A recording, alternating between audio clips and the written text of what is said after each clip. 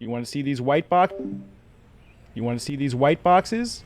Yeah, today we've got a very special show in that we have completely taken away the graphics of the game. I just want to say that right up that we have built new assets and we have hid them, not as Easter eggs, but just in our developer build and in files on our hard drives yet to be assembled and put into the build. And we have replaced your regular coffee with Folgers crystals, white boxes that are amazingly blank and devoid of texture, but hopefully with substance. So the idea is that you guys will be playing white box builds that get progressively more features, and you can concentrate on how the gameplay is feeling while we hide, sort of like we build up a surprise in the background for Kickstarter. So when Kickstarter launches, we sort of like go ta-da, and we pull back the curtain and we show you everything. So that is the psychology behind that. So first off, I just want to say you're going to see a new build today, and it is the first time we have had real thumping since Firefall. You can actually scan for resources, you can call them down, you can fight off waves of enemies, and you can gather those resources and save them persistently to a database. We have thumping. Now, it is first draft. A couple caveats. It is first draft. You cannot send the thumper back early. It's either full or nothing. The waves are first draft waves. We just got the skeleton of the encounter up. But there are some things that you may not expect, and we'll go through those shortly. And I think we should do this together, but I want to make sure that nobody starts a thumper encounter until we do it on stream, or maybe just hold off for a second, because I'm going to talk. I'm going to describe some of the things people are seeing in the build. But the build is being prepped for download as we speak. So I'm going to start, and I'm going to go in and talk about it, and then I'm going to go ahead and open up to everybody to download. Some of you guys download really fast, so. Yep, it's Made Grums today. Hello, everybody. I am a VTuber parody because I was told that being a VTuber I would get more views. Is this true?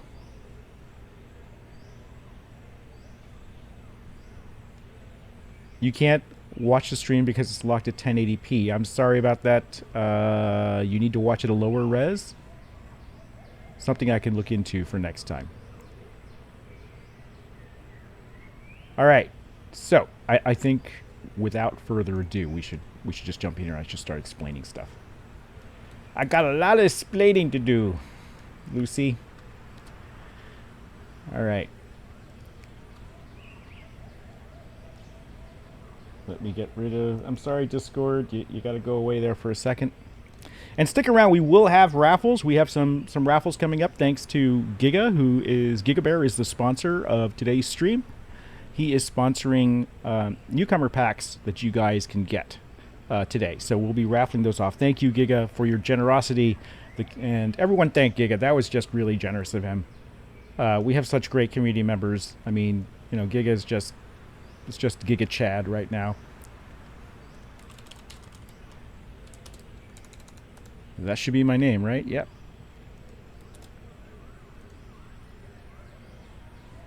All right, this is not the Ember you know. User not found, of course, because we're case sensitive. Okay, so the first thing I want you to notice is that you are now spawning in a white box, literally. This is a white box, and you can see that we've got some frames in here that are currently buried in terrain. This is really primitive, but it's here to give you a sense of scale. So if I go out here, you can see that you see what the pilot's like compared to your medium omni frame size, and I don't know if you've ever seen that before. I don't know if you've ever seen how tiny the pilots are. in comparison to your OmniFrame. All this time, you've been thinking that the OmniFrame is the right, about human size, and pilots are actually smaller. The new OmniFrame will be a little bit more compact. But not by a whole lot. And the other thing we did is you'll notice the complete absence of any sort of art. This is very deliberate. We are going back in time. I told you last stream that that would be the last time you see Copa, because now we are out here. And this zone doesn't even have a name yet. But it's big. It's a lot bigger. It is I think the old playable area was 2 kilometers by 2 kilometers. This is now 8 kilometers by 8 kilometers. So hopefully you can get a view of it here if I jet up. You can see that we have a very large terrain size. And if I glide, you're going to see that it's, I'd be like halfway through Copa by now.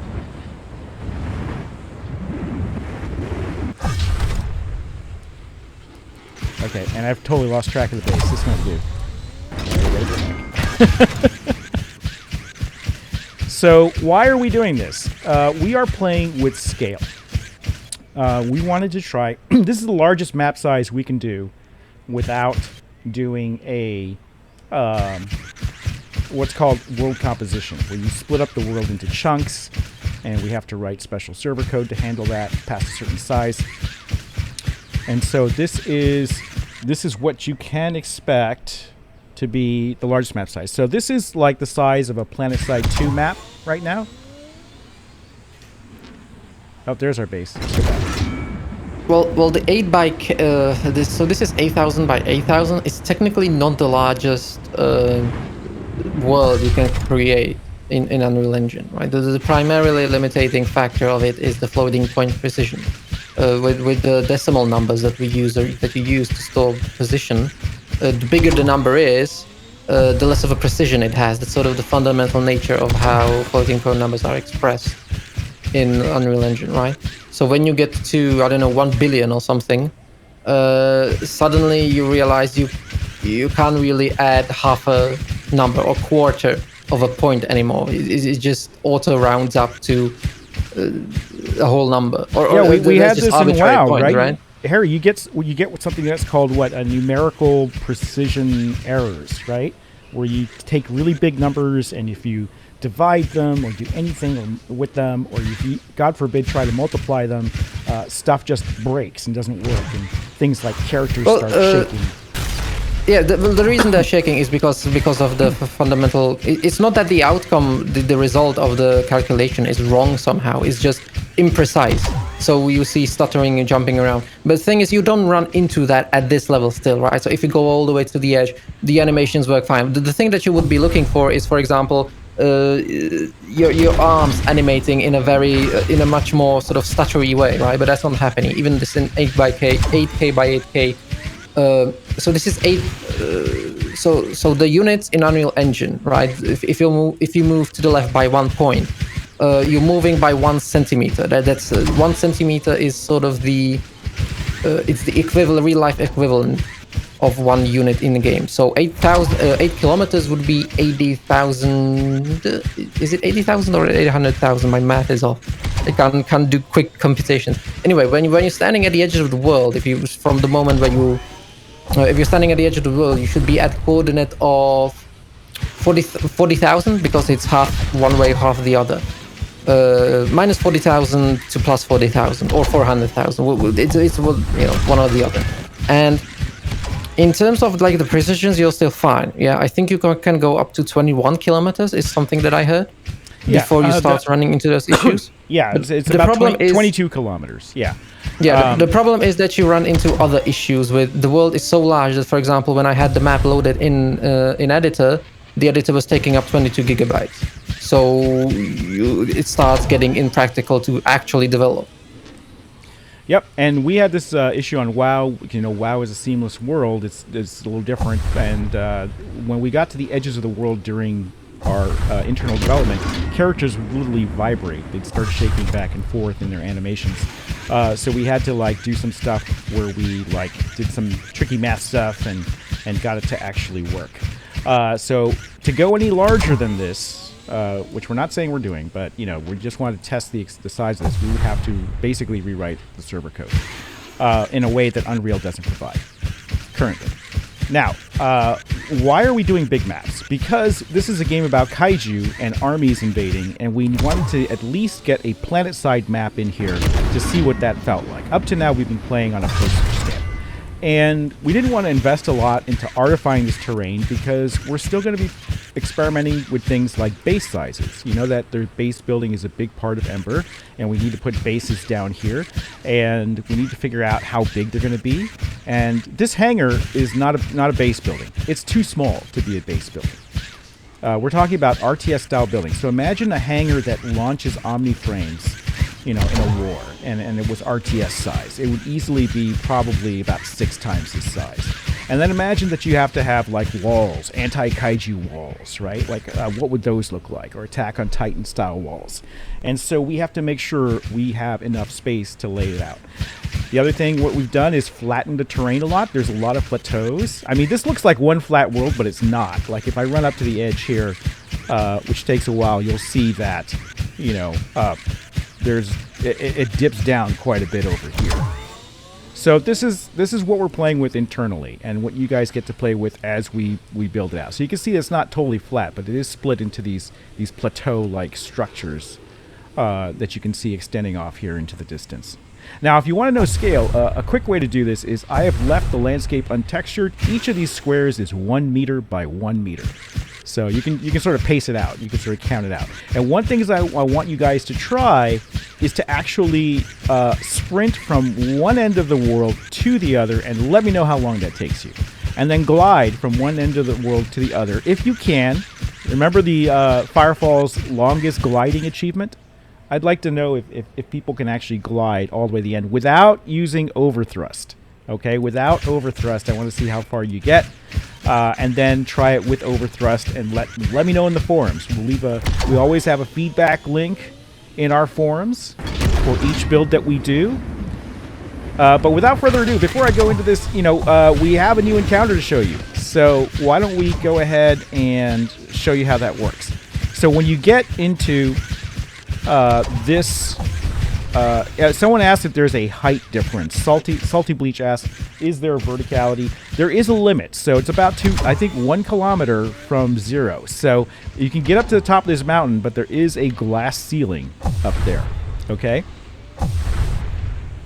And for those, you know, when I ask you to run across this terrain, that's the first thing I did in WoW. When we first had the continent of Azeroth laid out, I had my trusty WoW stopwatch. I call it the WoW stopwatch. It is that which I use to time the world. And I ran from one end of the world, and it's from Stranglethorn, the southernmost tip of Stranglethorn, all the way up north. And I think that was about, I want to say 35 to 38 minutes, maybe just crossing 40 if I could have gone straighter. So, you know, with that as a reference in mind, if WoW was 40 minutes to run from one end of the continent to the other, how big is this? That's the question I have. It all depends on movement speed. Omni frames move faster than WoW characters, etc., etc., etc.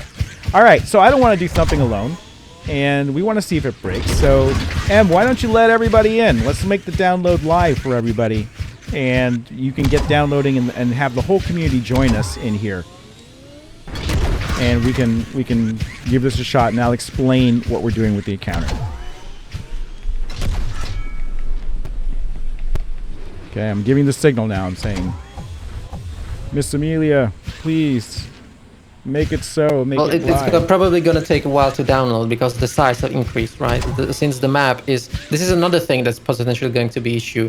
If 8 kilometers, also this is 64 kilometers squared, right? 2.21 gigawatts. What was I thinking?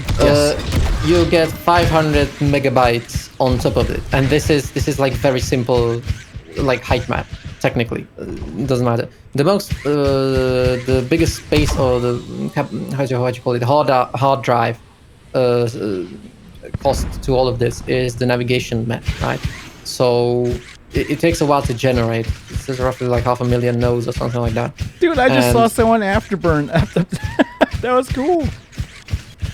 And yeah, it's 500 megabytes on top. So it's getting to the point where we are reaching certain scalability issues, like scalability issues in terms of Yeah, overthrust. like Sorry, Ronan. baseline technical in terms of fundamental technicals. You're reaching scaling issues wherein you cannot possibly keep using this model to expand the world if should we so decide, because at some point you would be larger than Call of Duty. Like, well, what's like Call of Duty, like 100 gigabytes? Okay, maybe actually now that I'm thinking about it, if our budget is 100 gigabytes of disk space, sure, we can go crazy, but I'd rather not. I think Giga Chads sounds better. Can we just call it Giga Chads? All right. Yeah, we're just not going to use 8K cinematics. So oh well. So while we're waiting for people to download, and some people will have downloaded, do not start a thumper encounter until we've reached that point in the stream, please. If you're hearing this, I know I can't stop you, and it'll be funny if you do, but that's okay. While we're doing that, I wanted to go over, for those of you who missed it, how many of you didn't see the skin system that we did last time? No, you guys did see it. Some of you are fibbing. Okay, so we have, this is, again, I want to emphasize, this is for player skins.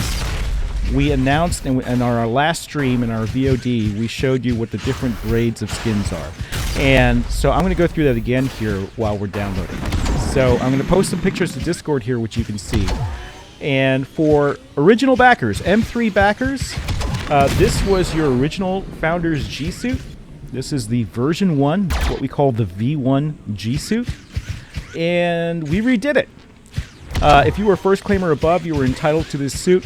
And we redid it, and we redid it in 3 levels, or what we call grades.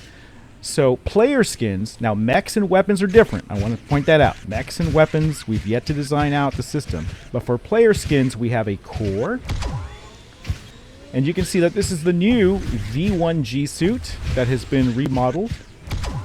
For M3 backers, you guys are getting an upgrade. And it comes in a single color. It is upgradable, though. And it's upgradable, and let me point out that if you were a M3 backer, you get all the grades. I'm just saying that if you were to get another skin that's not an M3 skin, it would be upgradable. What drops in game first is what we call the core grade. And the core grade can be upgraded to what's called the artisan grade and the peerless grade. Okay? And they have certain differences. And you can upgrade them either via the cash shop or in-game by getting by crafting upgrade packs. Okay? M3 first claimers, Vanity, anyone who had a V1 G suit is getting the new V1 G suit.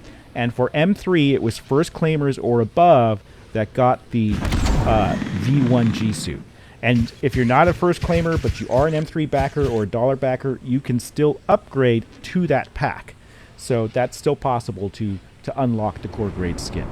Now, what's after the core grade skin? Well, the core grade skin is one level of skin, but you can upgrade it either through crafting or the shop, and you can get what we call a crafting or the cash shop, or you can get what's called an artisan suit.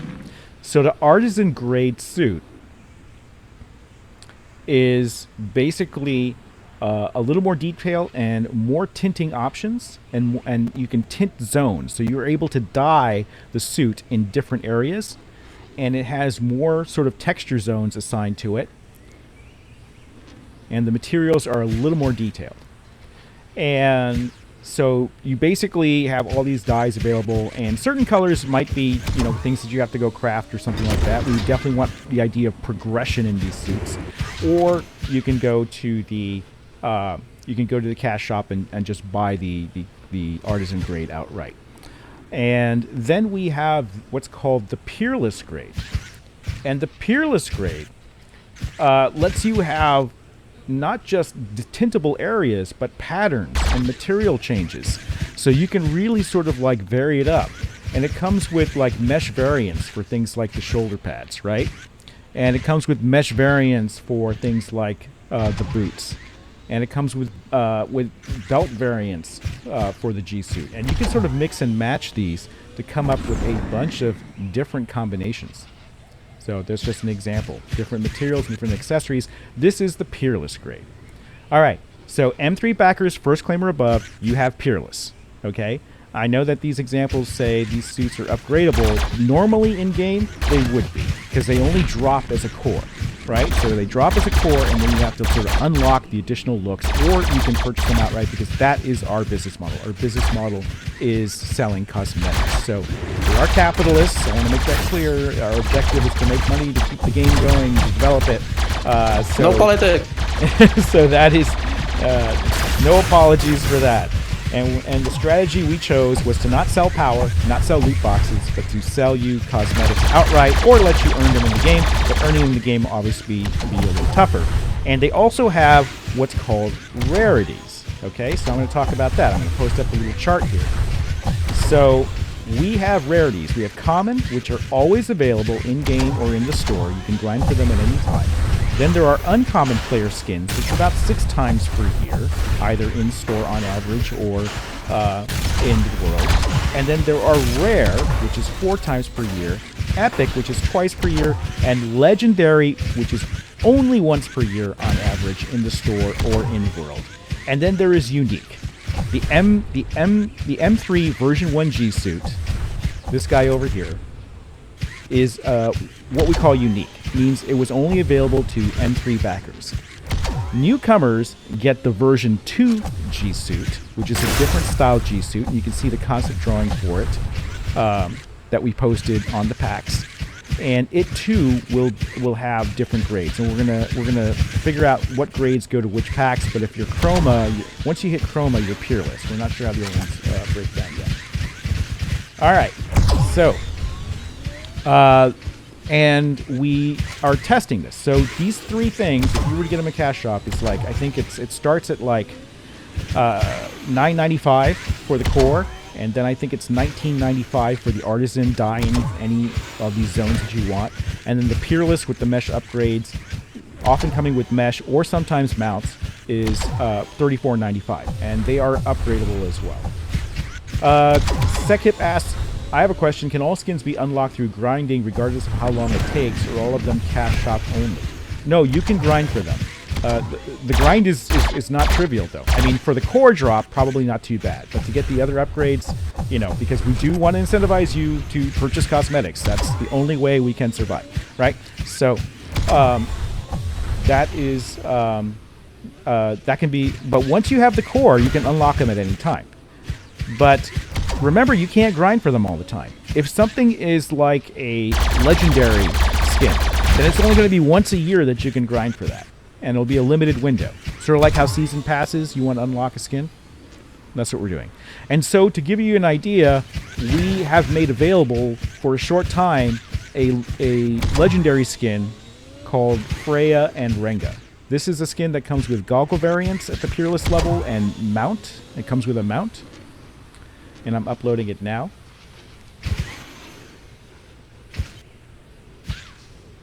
Yes, if you don't want to spend $35, grind for it in-game, unlock it in-game, you can upgrade it to that level. All right, this is the Freya skin. This is a Peerless level legendary. It's only available once per year. So you're not going to see this again for another year, or unless we do a special promotion or something like that. Like we reserve the right to do like it's a winter promotion. Let's bring the winter skin back briefly. And this is only available for another 2 days. We opened it up last week. Yes, she comes with the wolf. It's a Peerless grade skin that we're selling right now in the store, and that means it comes with the mount and comes with goggle variants as well. And I don't have the link for that, but maybe the community team can post a direct link to the general store on our website. This is another test of our general store. There's only 2 things for sale in it right now. There's the Bad Backer sticker decal, and then there is, thank you very much, Shadow, and then there is the Freya and Renga skin. The mount is called a Renga, by the way. And it is native to the Gatestriders' homeworld that they have imported into the Em8er ecosystem. All right, so that's what I want to talk about for the skins. And there's only 2 days left for the Renga, and it's with a W. Renga with a W. And there's only 2 days left for the skin. Midnight, Friday night, sometimes Saturday morning. We give you a little leeway. That skin will be off the market. And so that's to sort of show you guys how this skin rotation is going to work, right? So this skin's rotating out. Some other skin's going to come back in. And this is what it's going to be like. So Garanadin asks, is there going to be a more immersive first-person view in the future? Yes, we have a first-person view. You click the middle mouse button. I mean, I think he's saying that the first-person view is shit. It is. I will be the first to admit that it does not have its full animation set, and the first-person view is not where we want it to be yet. But yeah, we don't mince words. Okay. Oh, okay. Someone was starting a totem while I was here. I got to show you guys. While I was away, very naughty community members have stood on my head. So this is another Firefall tradition thing. And it's good that we're doing Firefall traditions because we're going to do something that we haven't done since Firefall, which is go thump. So I'm going to go and start this off. So if you could please get off my head, I can start this, please. Siri. All right. So how do we thump? Well, we can't just go anywhere. We have to start a scan.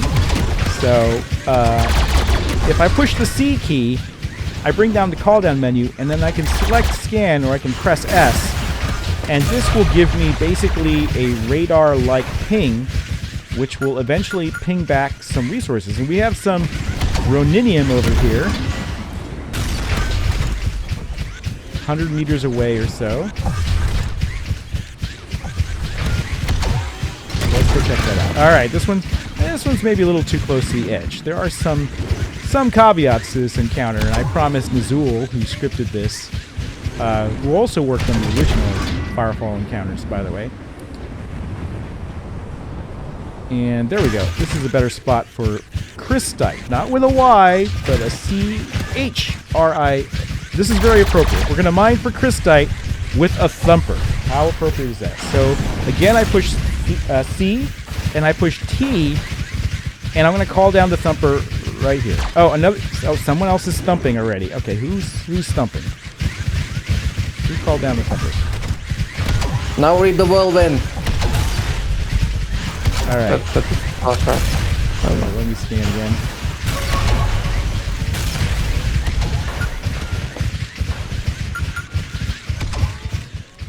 All right, no.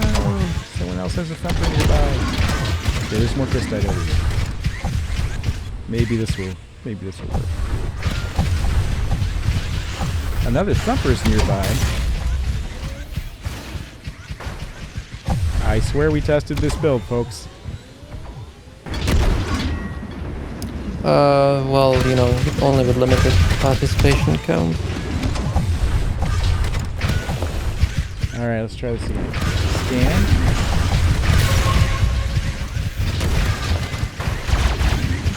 What is happening? Oh, they're all over here. I don't think anyone is stumping. There's some Filmorium over here.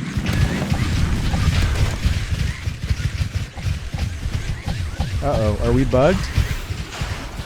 Is anyone stumping? All right. Let's see, I'm going to get a view here. See if anyone is stumping. We tested this with like 4 players. I do not see anyone.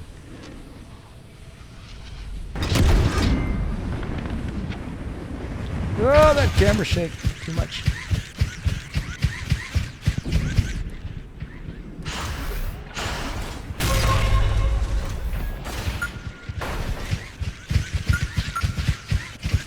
Okay, let's try the Filmorium over here.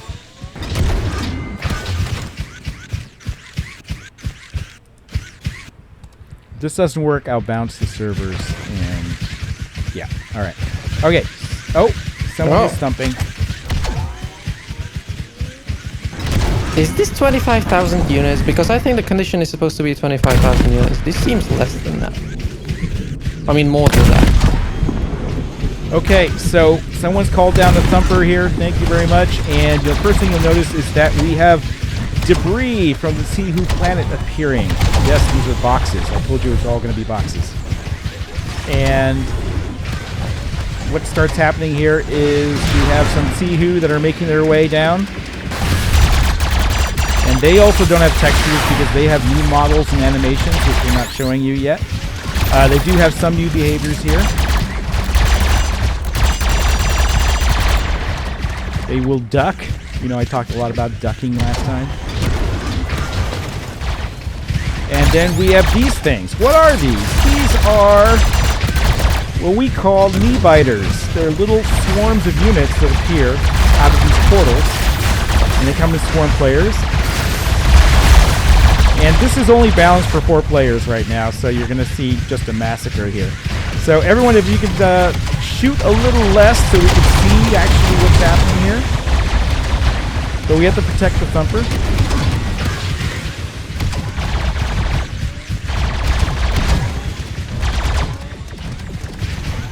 Well, let's see. Let's see how many waves we get here. I know there's only a certain action.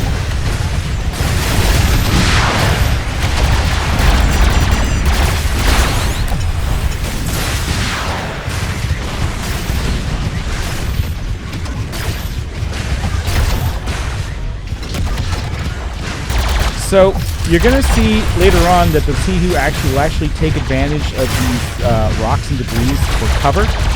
So you'll see them sort of like dodge in and out of here as they sort of attack in waves, advancing towards the thumper. And these swarming units, they're really our version. The Em8ers are our version of the Aranas from Firefall. They behave a little differently, and when they spawn in, well, I won't tell you about how they're ultimately going to spawn in. That's like the temporary version. Alright, so let's let these people thump. And I'm going to try to go over... So yeah, basically, you have to protect the thumper for long enough for it to complete its mining. You have to swoop down, sweep up its resources.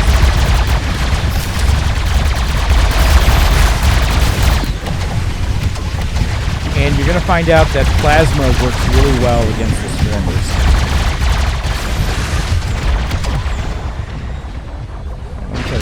Way far away. It doesn't come from orbit. Remember, it comes from another dimensional rift. Oh, Em8er, I'm glad you like how it looks, even though it's a test. 0 texture test. I'm gonna try to fly far away so I can give you guys a better view of how these waves behave. Because again, in this encounter, oh, good. There's one over here. There's only enough waves for 4 players. So if we have like a bunch of players in here, right now it doesn't handle that well. Uh-oh, the rocks are falling way. I'm never gonna reach that. That's way too far away. So I'm gonna do my own scan.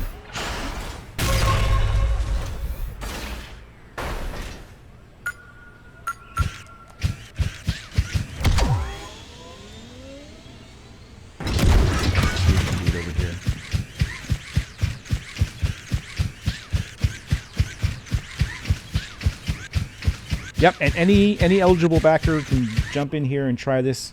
You can just grab any newcomer pack, and that works. Thumper inbound. All right, I got a thumper inbound. So now you can see this on stream. Nobody's stream sniping here.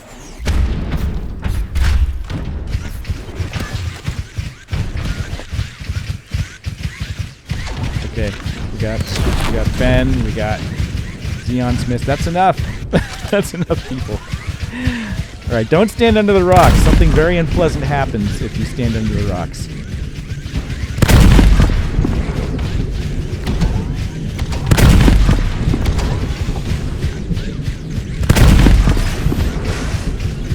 All right, so we got the rift appearing. These are all temporary graphics, by the way. That portal's temporary. The rocks are temporary.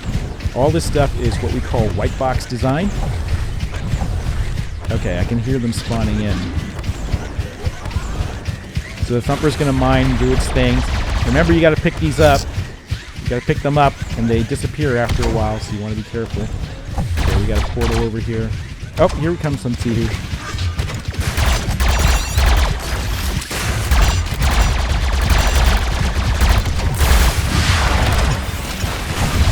Missile lock on that.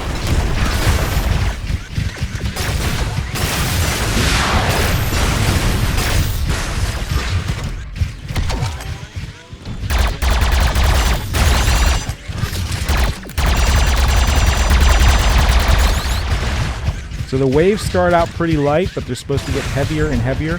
Currently, the thumper encounter is about 8 minutes long.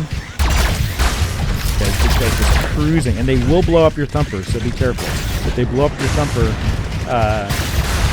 the encounter ends, and you can't mine anymore. Eventually, there'll be a bonus. So basically, the longer you thump, and there is right now, the longer you thump, the bigger resources, pockets, and rarer resources that you're going to obtain. So it's like on a little curve.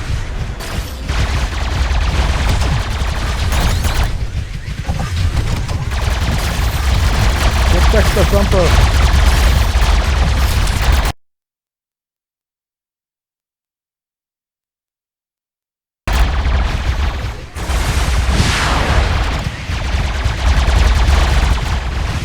Okay, when the swarms come out, make sure you use plasma. Plasma works well in the swarms.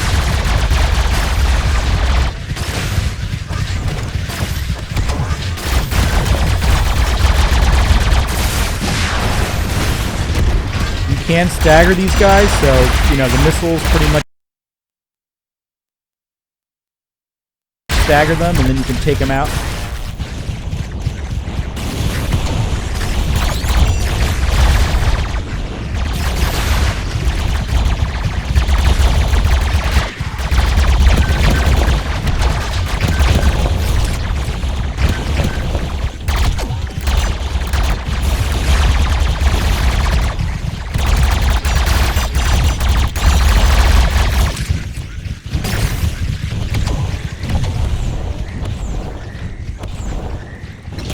Yes, the tops of the ruins are reflective. You can actually see here that they have like reflections in them.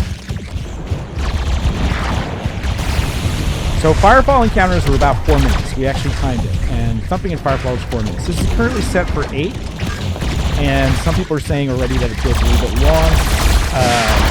Remember that you're not supposed to get through all 8 minutes. That the waves are supposed to get hard enough that you have to make a decision about whether you should try to push your luck for more and get the rarer resources at the end, or if you're going to cut bait and fire off your EMP and send the thumper back early. What are the Tihu doing with the... they seem to be doing some kind of handstand when you shoot them while they're running? Didn't really see the handstand. I think there's some animation corruption happening when they're flinching. Oh, they might be, yeah. So they are designed to flinch. Oh yeah, that sort of. And no, right now, I think you can flinch lock them, which is not what we want. Like, yeah, they should be able to sort of duck and continue firing. So our duck is yeah, what was that? What did he do that? He like curled up into a ball or some shit. When they die? Yeah, I think they like flinch but continue running, and it results in very weird animation. I think the flinching code doesn't make them stop. Well, that's why we have a whole new set of animations and all new models for the CV that we're going to be working on.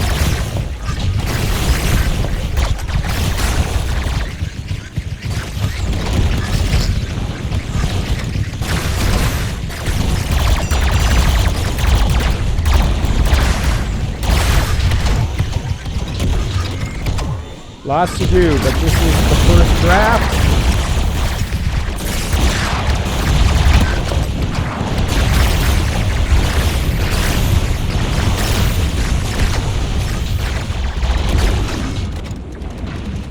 Yeah, no, we can fix the flinch. That's not a big deal.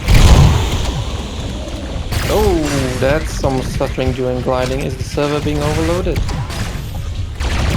Me or someone else? You were stuttering while gliding. Like there, I can see that. still have that bug there. The glider's still No, there. that's a different thing. That's not from nose down. That's from CPU. Oh no, it was always doing that. If we turned while we were gliding, we would get that. Since when? This is the first time I'm hearing of that. Oh, it was since the prior build. What did the missiles explode on now?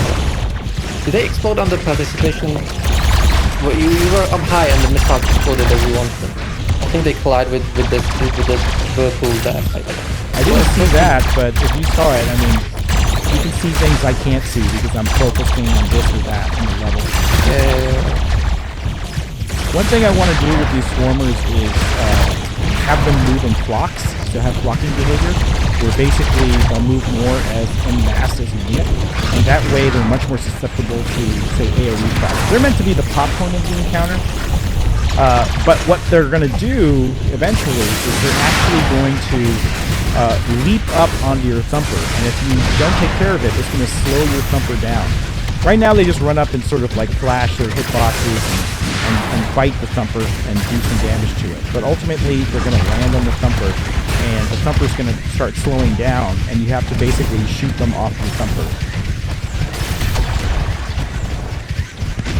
Yeah, they're like the Flood. Or the Aranas in Firefall were a little bit different. Except Alright. Is the starting location in the middle of the map. Note there are 3 locations. There are 3 quote-unquote hangars on the map that are sort of form an equilateral triangle.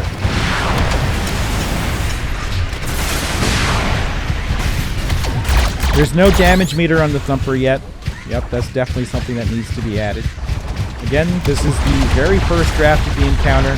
It's only balanced for 4 players, so the amount of players here is trivializing the encounter right now, which is fine. We knew that was going to happen on stream. So apparently the CPU 2 threads are completely capped out. So we're going to have to start doing actual performance profiling and completely optimized. It's not going to be easy. Yeah, I'm not surprised. We're starting to cap CPU.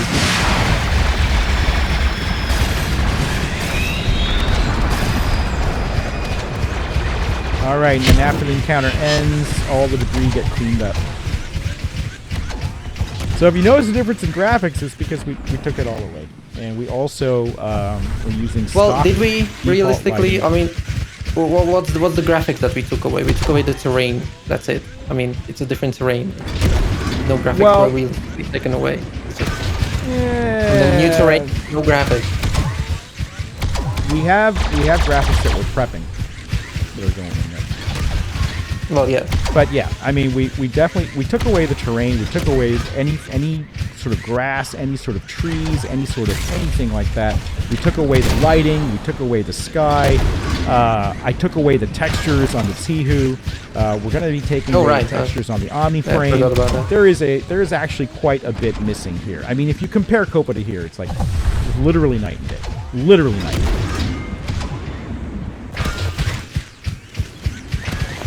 Alright, I don't know where the base is anymore, but we can try another encounter here. Yeah, I don't know how many people are actually thumping right now. Those flashes, it's interesting that you see the flashes, because there's some kind of encounter over there where you saw those flashes, because those are when the debris and seals spawn in, you get those flashes, right? You don't see the encounter, but you see those flashes for them. It's interesting networking thingamajigs happening. That you can see the flashes off in the distance? Yes, because they are sort of... Okay, I'm just going to walk around here and see how people do. I'm not going to actually shoot or participate. See how people do. I want to spectate.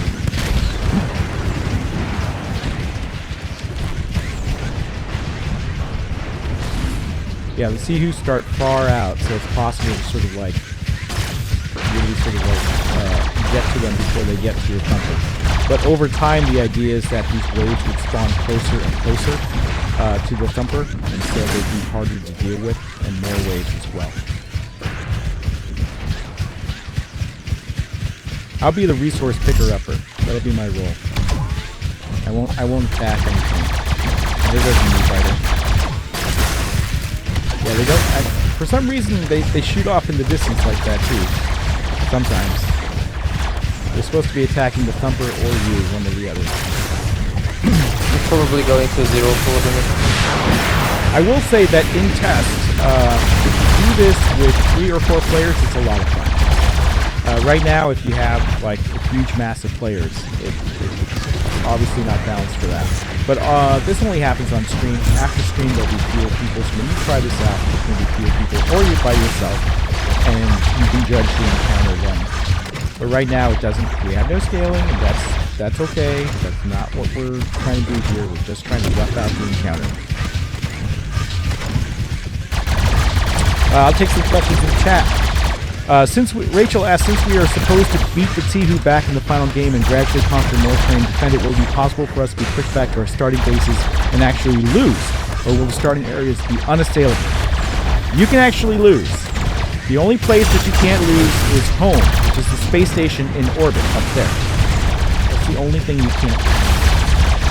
You can actually be pushed back all the way, and you can lose the planet and have to take another trip hit. So there's an interesting thing that's within Planet Side, right?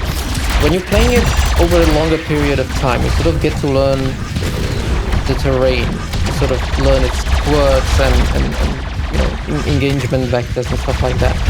So you will be, much like in Planet Side, sort of re-engaging the same terrain. I mean, there might be bases that are, those are like dynamically formed, so they might be in different places. Right? But the terrain itself is always going to be the same, right? It's the same terrain that you're fighting on.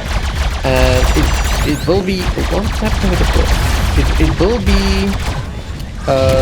won't be procedurally generated, right? It's going to be handcrafted. So there's lots of this strategic terrain forming.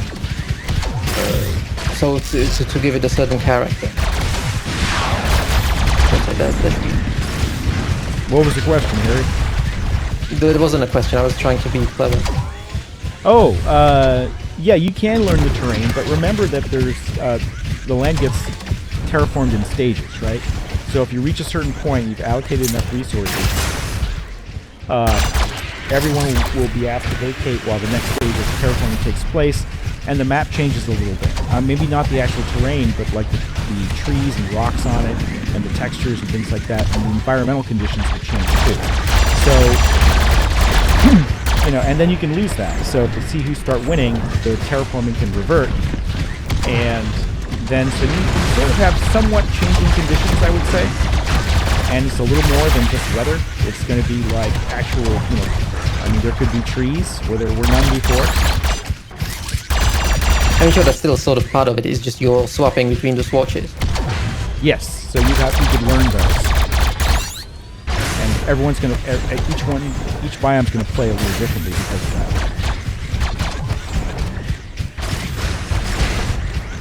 All right, so what I would like to do while everyone is thumping here and helping test out is I want to point out one of our community members, GigaBear, now named GigaChad, has provided for the raffles for today, and we are giving away newcomer packs. We are giving away 4 Rudder newcomer packs, and we'll do 3 of them today. Did I get that right, GigaChad? We're doing 3 4-runner packs. Is that correct? I don't want to get this wrong. Yep. Okay. So Ronan, why don't you go ahead and let's do the first pack and teach everyone how raffles work. And you'll want to join our Discord for the raffles.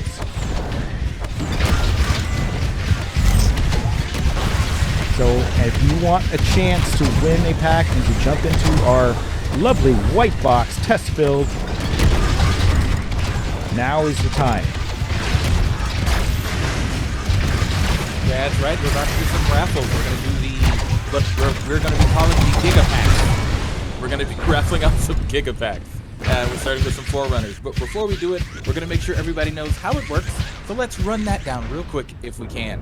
So, simply put, you're going to see a little sentence written by Faye. Underneath that, you'll see a sentence written by Emberbot, and underneath that, you see a notepad emoji with a pencil on it. You're going to click on that emoji, and that puts you in the running for the raffle. It's very simple. It lasts about 30 seconds or so. And the one thing I recommend and really request is that nobody posts while the raffle is going so everybody can see it. Now, to make sure you actually know how this works, we're going to do a test version. Test version so everybody can just get a sense of it, and this will be as a test. You know, you're not going to get an actual pack for winning this, but this is to show you how it works. In fact, if you win, you get Faye thanks. So Faye, when you're ready, let's go to the test raffle, and let's see how it works.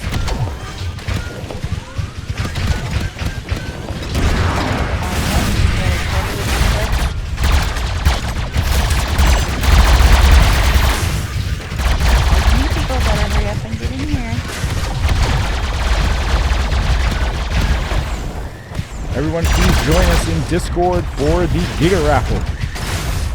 There you go. I made a new name, Giga Raffle.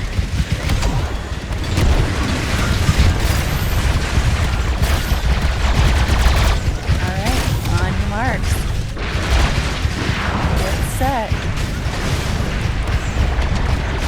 Click.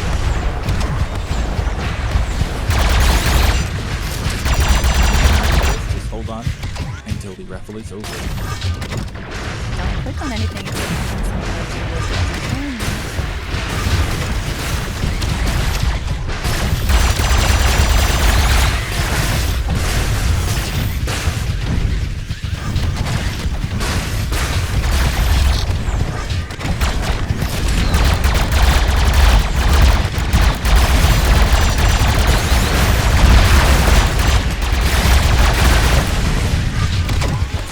Congratulations, flat dealer, you win. Say thanks. Okay, guys, now we're gonna do the reveal. We're gonna do the reveal Giga pack for the Giga raffle. Can I say Giga? I don't know. Giga. All right, guys, go ahead, Faye. Let's do the first Giga pack. I do want to point out these sound effects are temporary. I'm going to post it. When I post it, I'll also post the image so you guys can see what's in the Forerunner pack while the raffle is going. Everybody get your clicks ready. On your marks. Get set. Click.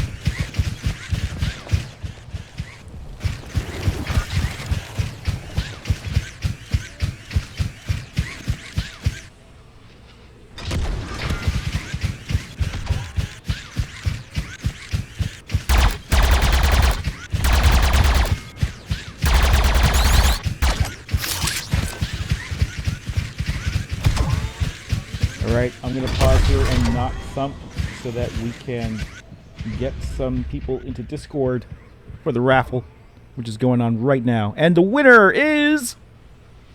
Yo, Adrian! Yo, Adrian! I don't know who's going to get that reference. I did. There we go.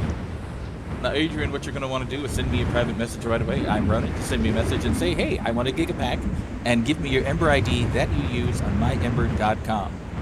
Now, Grums, did you say we only wanted to do one at the moment? Oh, just one right now. All right, then back to you, bud. Okay, so I'm just gliding around the world here. I wanted to see how far I could glide. The problem is I'm gonna get into this dip here, and then I've got to like figure out how to get out of this. Let's see if we can reach the edge of the world. Might take a while. Why is your avatar blinking at me?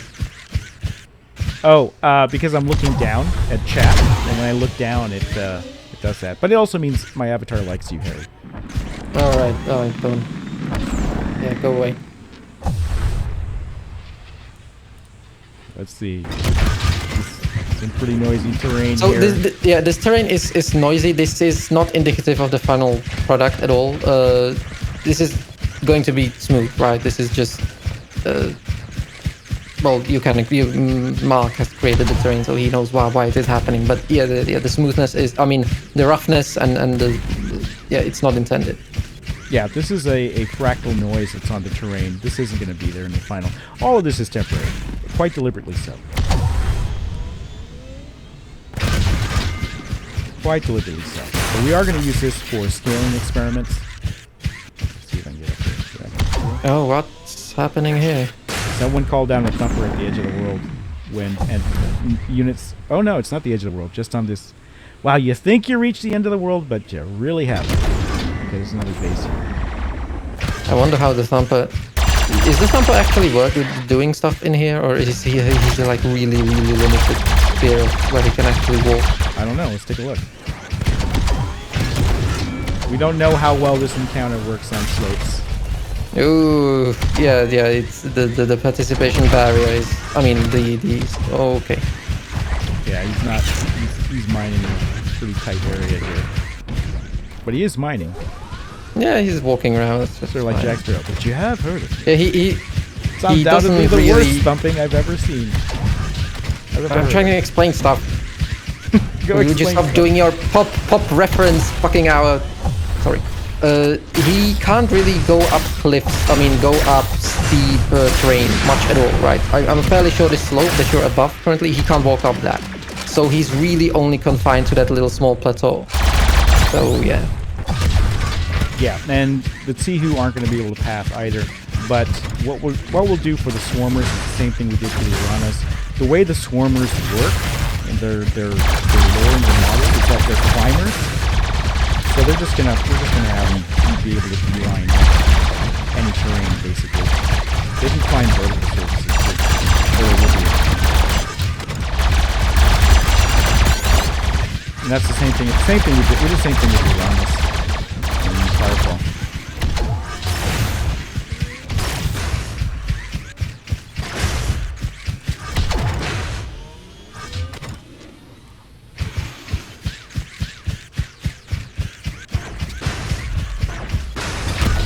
Alright, but we were trying to do something. We were trying to reach the edge of the world. So, which I thought would be closer, but is much farther than that.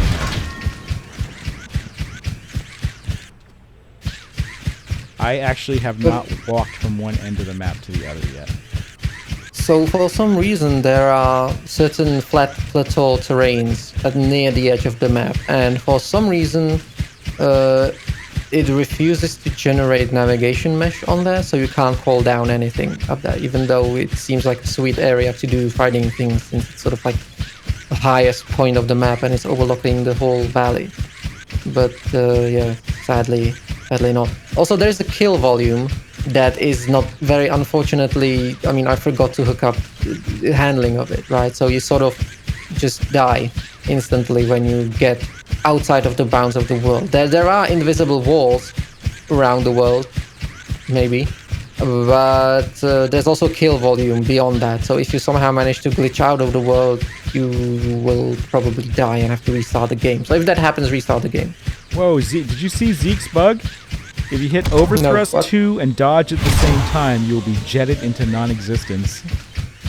Let's see, overthrust 2. Why 2? Missiles? 2 is missiles. I think... And dodge at the same time.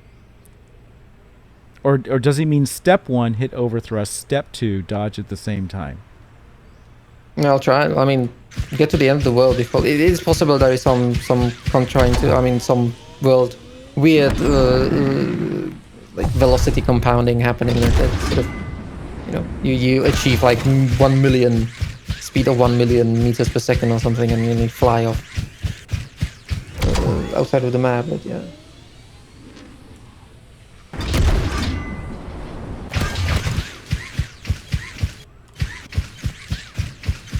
Okay, let's see. This might be painful. Luckily we have overthrust, which we did not nerf. Gliding speed, overthrust, it's all the same. Just with a bigger world, it feels different. Okay, so you can see one of the hangars down there. So you can... Alright, this is a good place to talk about base sizes. So, I mean, if that's the size of a hangar under my reticule right here, and the RTS version is, let's say, 6 to 8 times that size. And if this is a typical RTS style base, you would have maybe 10 or 15 of these buildings. You can see that it would basically take up this entire plateau right here. And that's what we're going to play with. We're going to start dropping down boxes and figuring out interiors. But you're going to see us play a lot with scale. You're going to see us play a lot with larger scale of things. And it is causing issues right now. Like, obviously, we have, we're discovering things along the way. Like what Harry's been talking about with navigation meshes, not generating on edges. Some of this stuff is just stuff that's our bugs, and some of it is stuff that's just the way Unreal works. And we're learning about how Unreal deals with things at scale. Another thing that you're going to see us try is partitioning this map into different smaller tiles. See how Unreal deals with that on the client side of things. You saw a swarm attack a mineral? Okay. Oh my gosh, are we actually here? Yes, that is one of those famous plateaus that actually has deep plateau that can... No, it was on the other side of the map that we tried it. There's no navigation machine here, sadly, so no camping for you. I want to point out that this is just a big dish shape, right? And this is not optimal terrain design because you can see clearly from one edge to the other. What you can expect to see in final levels is a little more obstruction, so there might be a couple of, like a mountain range or two dividing this space up a little bit, just so that when you're on the ground there, that you have some stuff that's occluding terrain, including areas that you can't see. But for now, we just made it a big dish shape because we wanted to just see what the scale is like. It didn't take long to render this terrain because we're not rendering anything. We generated the terrain. It is partially sculpted, but it's mostly done with filters. And there's two pieces of software that we use. The previous terrain, which had more manual tweaking on it, was done with software called Houdini, which basically lets you set sort of like any sort of, it's like a node system. So I was setting nodes for basic shapes, and then I was conforming terrain to those shapes, and then I was applying simulated erosion, and then you'd have to wait. You'd have to wait for the simulation to run and for it to produce a two-dimensional texture, which you then bring into Unreal to sort of extrude out the height of this. So this is why in games you never see an overhang or something unless it's a mesh piece that they stuck in, because most games use what's called a height field terrain, which is what this is. Unreal uses height field terrain. And so height field terrain can go up and down, but it can't go side to side. The exception being Firefall. In Firefall, we had special tools that let us apply deformers to the terrain so that after the basic height field was applied, you could actually sort of like push and pull stuff. But it looked a little odd. If you guys remember Mushroom Island and what we called the mushroom rocks in Firefall, you can achieve these sort of like bulbous shapes with it, but you couldn't really get like a sharp cliff overhang or anything like that. But we had a little bit of ability to deform height maps to get a little bit of overhang in Firefall. But in Unreal, it's just a straight height map.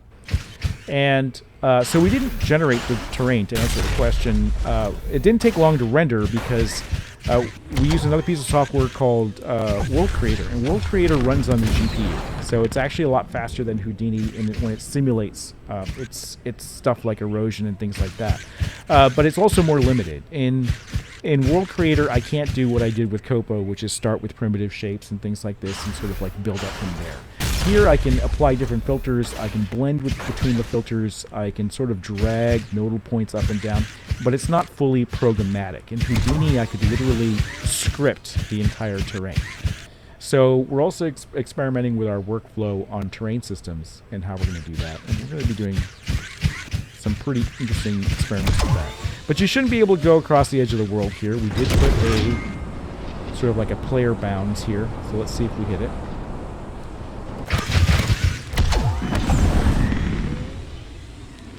Shouldn't be able to go over here. Oh no, not Chaz, not World Machine. World Creator. Yes, we have World Machine as well, but World Machine is kind of painful and old. And if you use World Machine, then you'd be very happy. Okay, there is an invisible wall here. I cannot go beyond here. And if I somehow manage to, I should be instantly killed. Alright, so we're using software called World Creator, which is GPU-based. World Machine is also not GPU-based, so you have to wait for its nodes to calculate on the CPU. So World Machine is kind of old school. If you are using World Machine, I would recommend you try World Creator. And if you want sort of like the Mac Daddy procedural version of how to really get control of your terrain, Houdini is the way to go. But Houdini is not GPU based. You are going to have a lot of RAM to handle it, and you're going to have a pretty fast computer with enough cores to handle it. So, but once you do, it doesn't take long to generate. So, you know, it doesn't. This is an 8 kilometer by 8 kilometer map. It wasn't too bad. What was bad was in World Creator when I applied an erosion filter. There was no erosion right now. So you can, in these sort of world creation tools, there's usually a algorithm you can apply that sort of like, you know, in nature, the sediment from the tops of mountains will roll down the slopes and form like pools at the bottom, and it looks very natural. You can do this in World Creator. But with a map this big in World Creator, it ended up taking a long time and crashing a lot. So I went with no erosion, which actually works better when you're trying to do these sort of flat playable plateaus that we wanted for testing the thumper encounter. And that is, so this is without any erosion whatsoever. All right, so let's get to the top of the mountain here, and we're going to glide. We're going to see how long we can glide for. And I'm going to do it without overthrust at first. So we're just going to try to get some altitude here and see if we can do it. Let's see if we can fly all the way to the other side with just jetpacks, no overthrust. Yes, Chaz, I believe I can fly. Alright, so I just have to keep... If you see the arrows, that means you're going to stall out. So you don't want that. You want to dip just below it, and then you want to see if you can glide completely across. Nobody has a question. He asks, and I'm looking at the questions in Discord. I apologize, Twitch chat. I'm not looking in Twitch right now, so if you have a question, please pop over to Discord. Nobody asks a question about the subscription skins. Are they what they look like at core grade, and will they be getting mesh variants at Peerless? Nobody. I would say that they tend to be... yeah, that's what they... you know, we came up with the core system after we drew a lot of the skins. So I'll be going back through and I'll be looking at skins, and they will all be Peerless. If the art doesn't look Peerless enough, we will add Peerless options to it. If the art already looks pretty Peerless, you can count on it still having material variations and mesh variations as well. And the mesh variants can be pretty simple. They can be like jewelry. They can be like small things, all the way up to, hey, this might include a mount.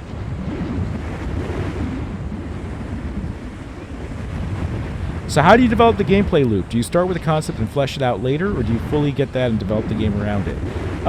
This is what we're doing, and we actually know sort of what the gameplay loop is going to be because of Firefall, because of the work that we did there. And we know that we wanted a thumper encounter, and so we put it in here in a very rough form. But the encounter is not a loop. The closing the encounter loop would be taking those resources and actually crafting something with them and going back and doing something, a more difficult encounter with them. Right? That would close the loop, or one of the loops in the game.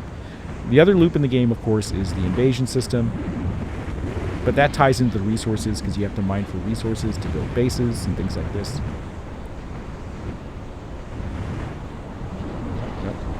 When the wings wobble, that's how you know you're losing airspeed too. So I'm just keeping my nose down. If we were a plane, we'd call it a nose. I'm keeping my nose down a bit. We're seeing if we can get all the way across the map.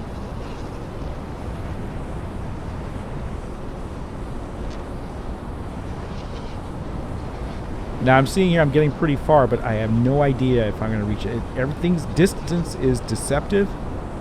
This doesn't look like it's very far, but we don't know.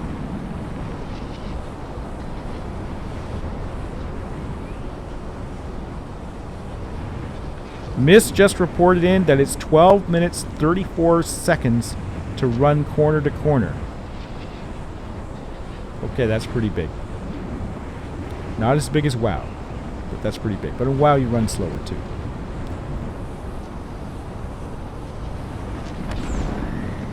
Rachel asks, will there be bigger wingspans? They vary. This is science fantasy, not science fiction. And in Firefall, they were hard light wings, right? So they weren't even physical. You could have bigger ones, you could have smaller ones. The mechs are made from extremely light stuff. They're made from a titanium aerogel.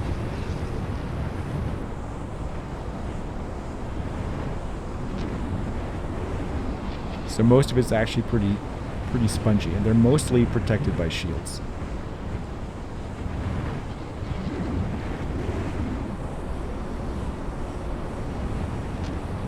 Will we have an OPAI voice in Kickstarter? Part-Time Jedi asked. Yes, we will record lines for the OPAI. Well, it looks like I can make it a decent way across the map. This is almost the entirety of the map that I can glide across. If you jet upwards from the highest point on one side, but it is taking a while.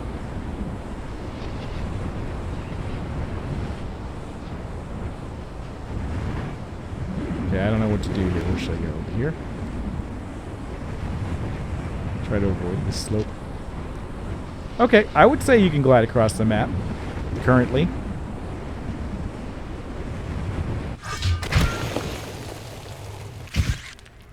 I feel totally lost now. Oh no, someone's with me. Yeah, the sliding is funny. You can literally ski down the slopes and you can't stop.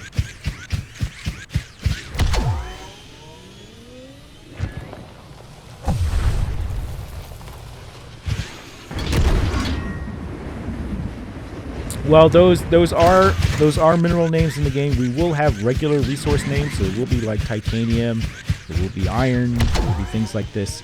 These are more familiar to people, and then the mineral stuff will be different.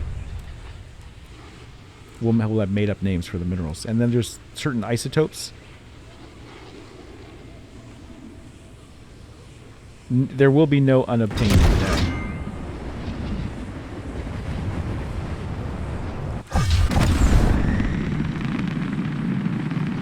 Thrust here. Get to gliding again.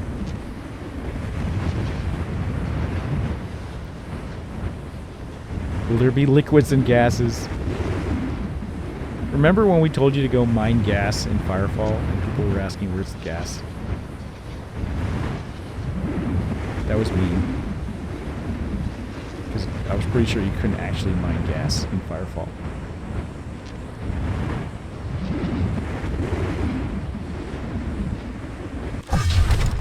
All right. Well, this map feels a lot bigger now that I'm trying to get back to a base. Dude, can you imagine the heavy, like if the heavy could ski on a shield? Oh, bouncing. Physics abuse. Shattersong asks, can you explain the premise of the story with Em8er, assuming it is okay to do so? Not only can I explain the premise of Shattersong, but I invite you to download the first 7 chapters for free of the novel, which are available just for signing up in our download section. But yes, I can explain the lore of Em8er. So basically, you and the other players represent the Gatestriders, which is a colony of miners and explorers who have, for the longest time, really helped humanity sort of like peel back the edges of the universe by being bold enough to jump through warp gates without knowing what's on the other side and reporting back, and then building a return gate and reporting back. Well, they got into trouble one day. They went someplace they weren't supposed to, and a race called human splinter race called the Inshigi wiped them out as punishment. They said, you're not supposed to go here for weird reasons, and as punishment, we're taking out your homeworld. So they destroyed the Gatestriders' homeworld, and now and they got canceled. The Gatestriders got canceled by humanity. Nobody wanted to deal with them. And so where they used to rely on them to be explorers and stuff and give them lots of money, corporations would give them lots of money to go, and governments would give them lots of money to go and find new planets and things like that for humanity, they were now shunned. And so they built a giant space colony with everybody that was who survived the destruction of the homeworld, and they had to go basically cobble together enough gates to try to find a new homeworld for themselves, because nobody would take them in. And so they looked and they looked and they looked, and they finally, with their last resources, constructed one final gate, and they found the planet Em-8er, hence Em8er. And they nicknamed it Ember because it's kind of a play on words. Ember can be both a dying flame, or it can be the spark of a new fire. And so the planetary name and designation was very appropriate, and they decided to start and they were able to say this was suitable for terraforming. And so it's a theme of colonization. You're going out here and you are claiming parts of the planet and extending it and terraforming it into places where creatures can live and seeding biomes.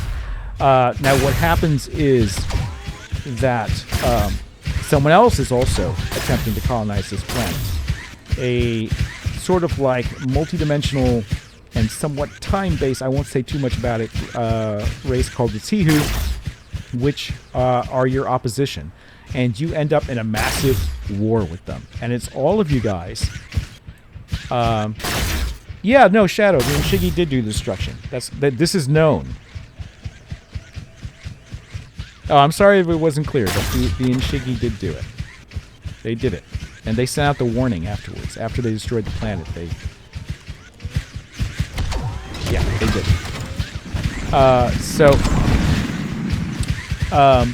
So you are now in this war, and the Gate Striders specialize in mecha, right? That's how they adapted to their home planet and everything else. Is they got really good at building mecha, and so that's why everything's sort of mecha themed.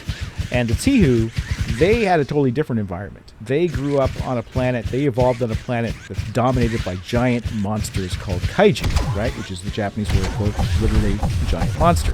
And so they evolved sort of harnessing ways to enslave the kaiju and use them as war beasts in their galactic conquest. And so that's what's happening with them. So it's mechs versus kaiju, basically. Technology versus really giant monsters with special weapons and abilities. Strange Beast, there you go. Call Me Senpai has the more accurate translation. It's Strange Beast.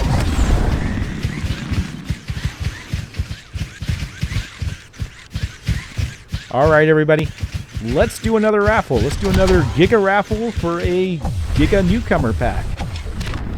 Community member Giga Bear, who's now called Giga Chad in chat, is giving away some founder packs here, some Forerunner packs, and we're going to do our second raffle for the newcomer pack. Forerunner. So let's do it, Ronan. All right. I believe since last I checked, there's only been one new person. So hopefully they can keep track and keep up, because we're about to do this here raffle. Matter of fact, for those who don't know, a quick refresher.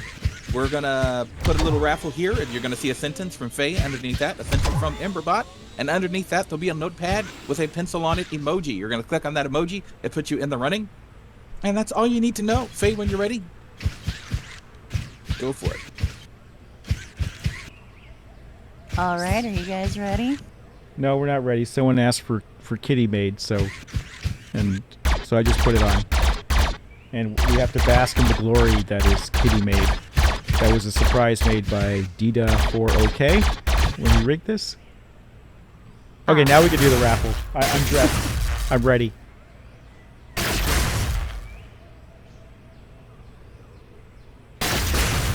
All right, get your mouse clicks ready. On your marks, get set. Click. All right, we are in Discord right now doing a Giga raffle because one of our community members, Giga Chad, has purchased Forerunner packs to raffle away. So get in there, get in the Discord. Links in the chat.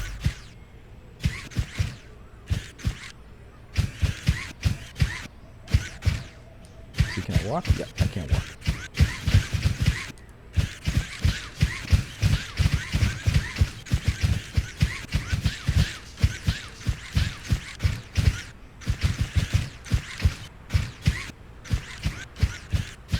Congrats, Flat Dealer.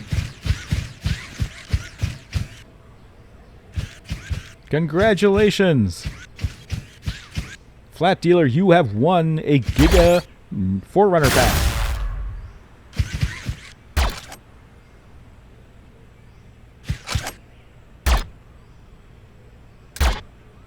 That's right. The luck is with you today. Okay, Grumps, back to you. All right, so I told you we're playing with scale, and so up until now, you've never seen the dropship up close. This is, by the way, the design of the newcomer dropship. If you buy a newcomer pack, this is an exclusive mesh design just for that. And you can see it's actually a little small. Like, how does a thumper actually fit in there? I mean, really. So, I mean, if you remember the scale of the thumper, it drops from this guy. So one thing you're going to be seeing is us playing with scale. And I think we're going to have to scale this guy up. I think this dropship's going to have to be a little bigger. I think he's actually... well, he's probably bigger than the Firefall dropships, because if you're wearing a light frame or a Firefall outfit, you're a little bigger than the pilot. But this is not big enough to fit a thumper. And I used to be worried about scale. I was like, you know, and I talk about this a lot. It's like in most MMOs these days, you have an abstraction of many things. And what do I mean by that? I mean, you're not trying to, you know, simulate reality to any degree. You have symbols that you're moving around on the map that represent different things. Like cities are obviously not as big as a real city would be, and nor do they need to be, right? But there is something to be said for having, especially with today's modern technology and engines, having something like a bigger game world. I mean, this is an 8-kilometer map.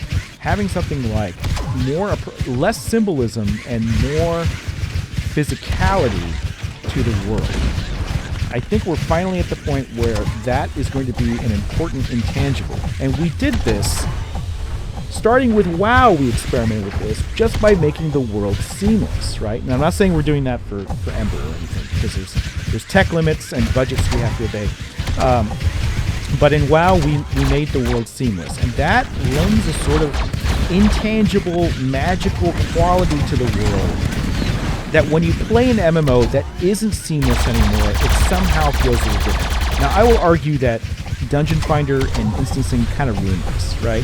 Like, the seamlessness of the world was much cooler when WoW first launched versus when you're using Dungeon Finder to just pop from dungeon to dungeon and you're teleporting around everywhere. That breaks the immersion, right? And I think what we're talking about is making worlds that you feel like you can live in while still maintaining sufficient amount of, you know, conveniences and abstraction that it doesn't have all the inconveniences of the real world, but it has more of the immersion of the real world. And one of the key ways we can do that is with scale. So one thing you can expect with Em8er is for stuff to get bigger. Like a hangar isn't going to be this size. It's going to be a large building, something you'd find at a military base, right? Because the Gate Striders are becoming militarized. They were explorers, and now they're being forced into combat. They're learning how to fight. Humanity hasn't had a war in hundreds of years, except versus some pirates. And so, you know, they have to put together a military. They have to figure out how to organize themselves, how to militarize their mining equipment, and to build things like tanks and planes and things like this, to go back and research all this stuff that was from the early wars of humanity and to figure it out. Spider tanks, yes, and to adapt them in the Gate Strider way. And you're gonna see that this dropship gets bigger. You're gonna see that the world, you know, these maps, this is now going to be sort of like the standard size of the map. Before we said maps should be 2 kilometers by 2 kilometers. Now, after playing with scale, I realize that this should be our default map size, 8 kilometers by 8 kilometers. So I'll take some questions right now about theory of MMOs or anything. Oh yeah, a little Eldar-ish. I can see that. The dropship looks a little Eldar-ish. I'm an Eldar player. Are you talking about the purple Omniframe skin that Ben was wearing? Yeah, or Toshi? They did that for themselves. You actually can't get that in the build. I'm sorry. They're being elitist, and they are gatekeeping you from the purple skin. Oh, Blue Founder got it? Is there a way to do it? Maybe there's a bug. Oh, a bunch of us switched to it. You got purple? Okay. Well, I don't know how that happened. Seems to have been unlocked, at least for the moment. I can't get purple. What is this?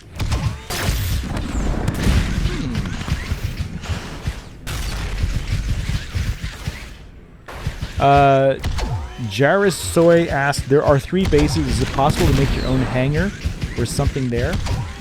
No, these are just placeholder spawning areas. I mean, this is no different from spawning in Copa. Well, it's a little different, but in Copa, basically, you'd spawn in terrain, because there's actually 6 invisible start locations marked in this little room.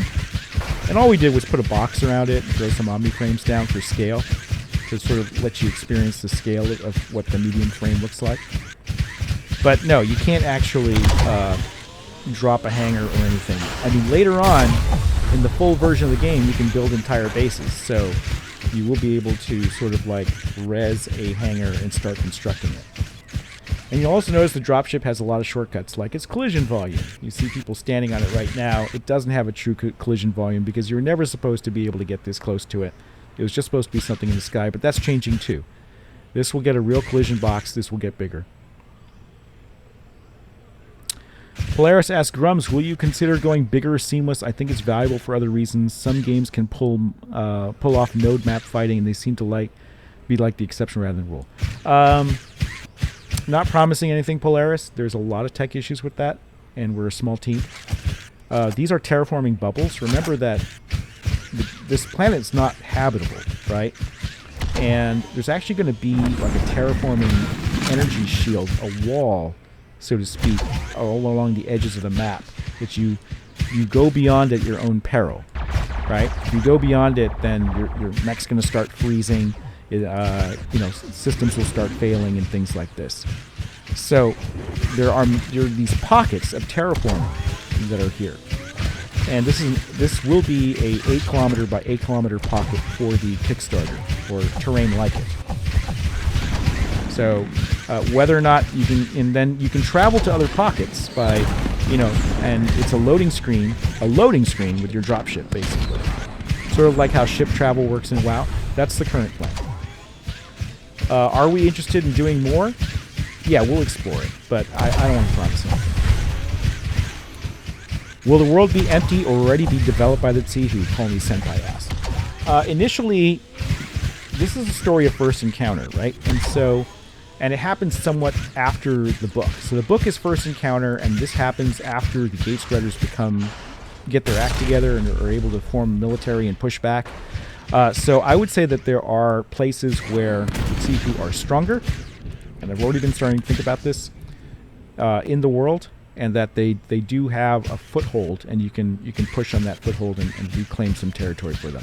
And remember, the initial goal was to have a handful of these zones at the launch, and then over time release more and more zones live that you can sort of compete over and push back and win territory for. And you can also lose territory. Can we terraform with nukes like Elon Musk is going to do to Mars? I didn't know he was planning to use nukes to terraform. That sounds wildly insane. But remember that terraforming in our game does not mean sitting there and actually resculpting the terrain. This is not something that the technology lets us do. But it is about sort of like retheming it. So there will be terraformers, there are atmospheric terraformers that will be floating in the sky, and then there are terraformers on the ground that are doing their thing. And by feeding them resources, you can increase the terraforming stage of the zone. And when you get enough resources together, enough time has passed, basically, you'll be called back to home or to another zone. You'll be asked to vacate the zone because they're about to seed it to another level. And it's kind of like the Genesis effect from Star Trek, right? Where it's like it's not a gradual thing. It's like when you get enough resources, they're going to send out some sort of like hand-wavy, science-oriented terraforming pulse, and all the land will flip to the next biome stage. And when you come back, it'll look completely different. Space magic, yes.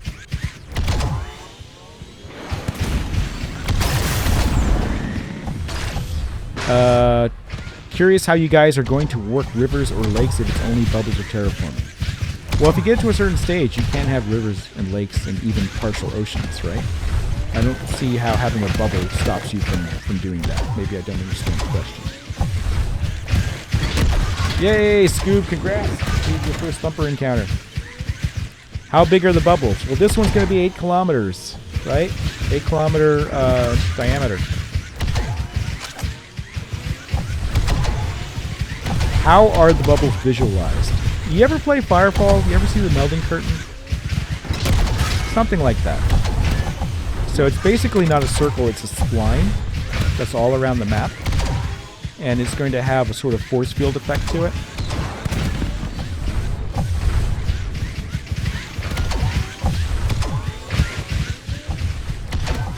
Hopefully that explains it a little better. Yeah, the bubbles were going to be a lot smaller. But we decided to increase them because we started playing with scale and realized that we want the world to be sufficiently large to encompass kaiju. How will mount speed compared to an Omni frame? It depends. If you're in a light frame, right now gliding gets a little too fast. It gets fast enough where on the server you kind of like blink across the map, which is it's faster than we would probably support. But I think that, mounts and bikes, if you were a M3 backer, you're able to get a bike, which is a unique Firefall throwback. And if you're not an M3 backer, you can still get mounts. They're fairly fast, but, gliding is still going to be a great way to get around the map. Mounts are mainly a cosmetic.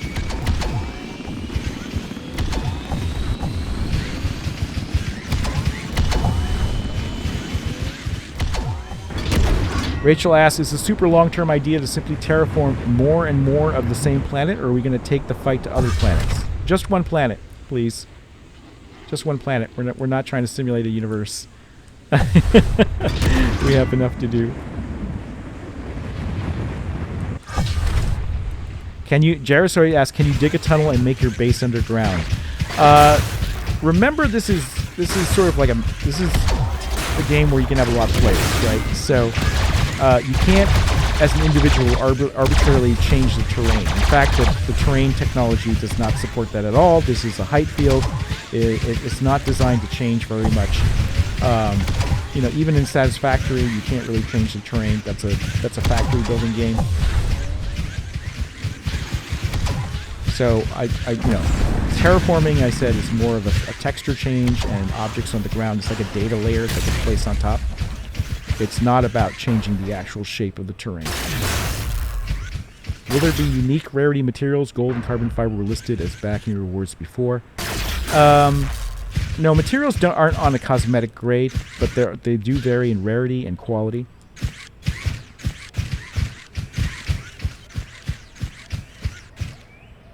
Will there be no fly zones like there are in WoW? Are we free to fly anywhere?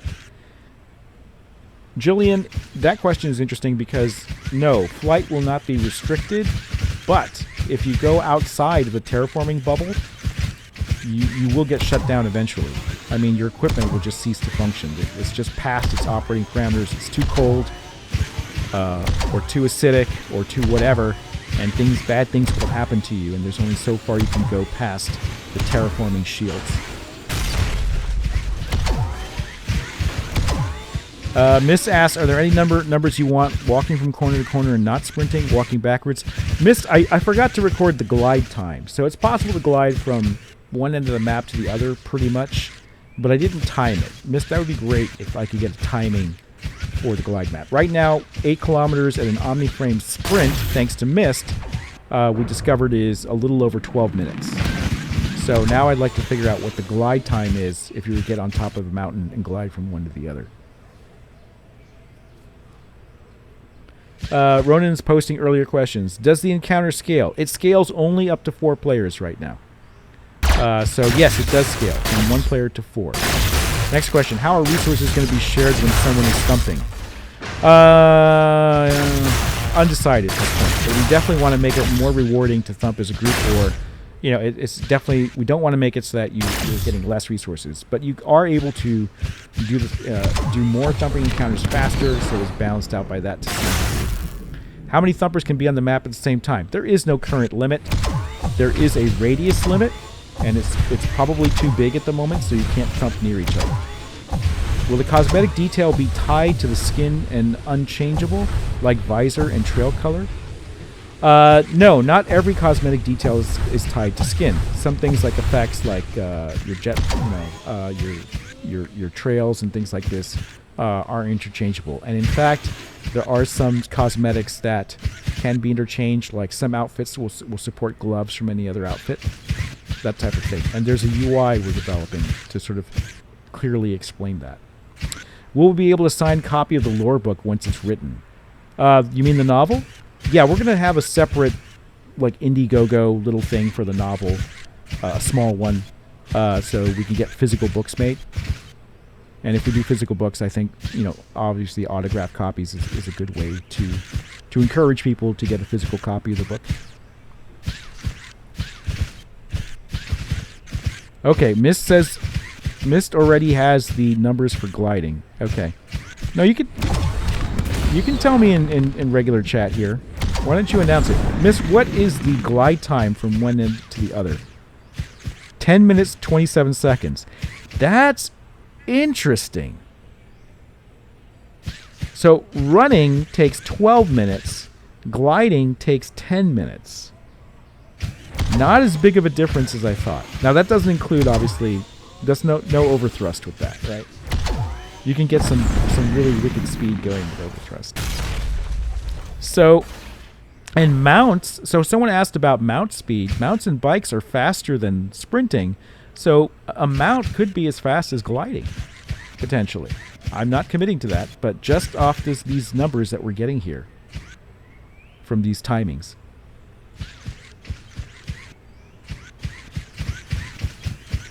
Inservio asks in chat, what's with the blinking Lego, and did I just explode? Yes, probably true to both of those.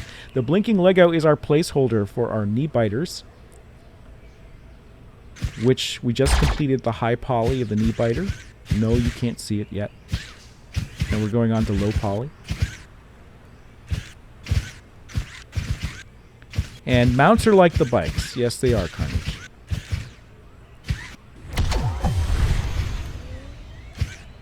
Can we tame the knee biters and raise a knee biting army? No, you can't tame the knee biters. The kaiju can. That's their thing. They tame the knee biters first. You can't tame them back from them. Are all the mounts going to have the same speeds and handling? Don't know yet, Rachel. We don't sell power, so we have to be careful of that. But as much as we try to keep the mounts same speed and stuff, we can't guarantee same handling, right? Like, they're animals. They could move differently. If the Tsihu win an invasion, will there be a bubble collapse where the terraforming fails and the whole zone becomes an out-of-bounds soft kill area? McDuffman, I hadn't thought about it. I don't know if we will collapse. I think we collapse the bubble. And I think the Tsihu... We said in the Vision book, which is also available for download for backers or subscribers, in the Vision book we said Tsihu actually build their own bases. So they have their own building types. Toshi vetoed. But we can make them flat. I'll compromise, Toshi. The knee biters can be flat. For those of you who don't know, that's a long-running in-joke. Toshi is flat is justice, and I'm Opie. So there's a continual tension on the team. Gigabear, yes, you will launch invasions of your own, because they will have bases, and the intent is that you go invade them. So now it's your turn. Yeah, that was always from the beginning. You go invade them. But you don't have kaiju. You'll have to and remember, invasions have different vehicles authorized, so you get more than light, medium, and heavy frames.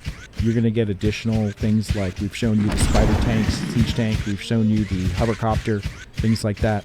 And you have to go craft this stuff. If you want to spawn one, it's not like PlanetSide where you just run up to a terminal, and if you have the credits, you can spawn one. You actually will have to have gone and crafted one. So if you want a tank that has a spider siege mode for use during invasions, you need to go craft it.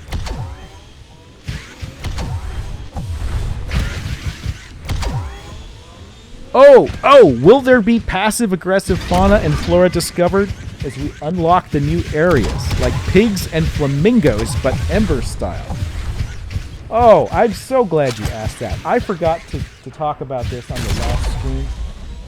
So let me put Discord up here. And let me see. Dang it, I gotta find the right one. I was not fully prepared for this. Okay. Yes, there will be unique flora and fauna to Em8er. And this is stuff that the Gate Striders have brought from them to seed genetically in the terrain that they have terraformed. Okay? And they won't aggro on you. But let me unveil the first visual representation, concept art of one of the first beasts you will encounter that we like to call the Em8er. So this is it's like our version of a buffalo. And hopefully that inspires you. I'll put it up again because chat's scrolling so much.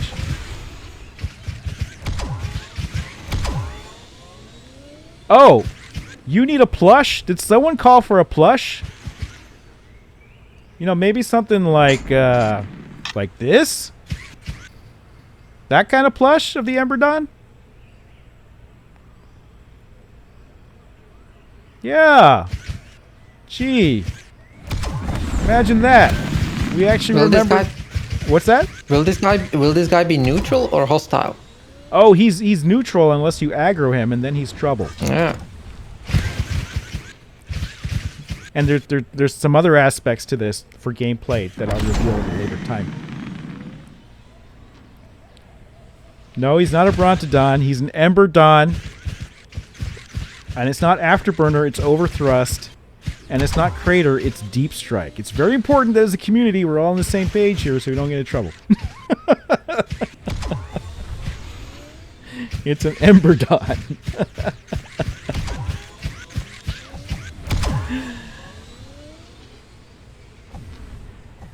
I hope you guys like that.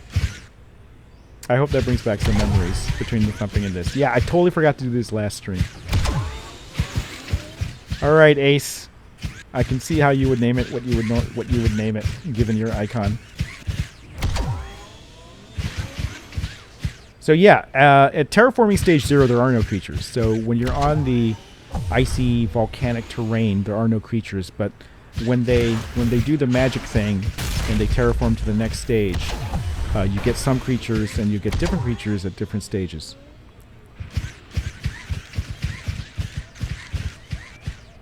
I don't know. Rachel, that's a question for Ronan. Ronan, did you get that? What do you call it when you do multiple simultaneous and devastating deep strikes? That's usually referred to as the honeymoon. Damn. All right. I think it's raffle time. All right, let's do it. Let's do another Gigapack. Yeah, I need to change the subject here. It's very lewd right now in chat. All right. Let's see, Faye. I believe this is all you guys. We're about to do another raffle. You're going to see a sentence from Faye talking about a raffle. After that, you see a sentence from Em8er. And underneath that, you'll see a notepad. The notepad has a little pencil on it. You'll click on it, put you in the running for the raffle. If you get lucky, you'll receive a 4-runner pack. Faye, take it away. All right, are you guys ready? A special thanks to GigaBear for providing these packs for today's raffle. This stream is sponsored by GigaBear today.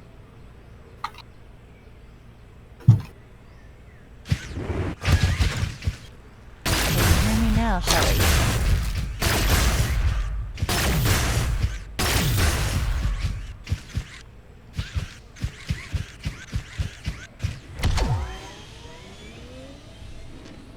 All right, everybody on your marks.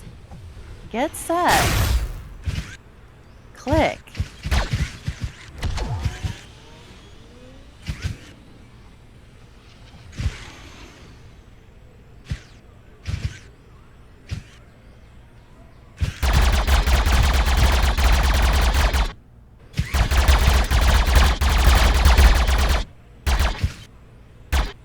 All right, while that's happening, I will go ahead and fly around some more.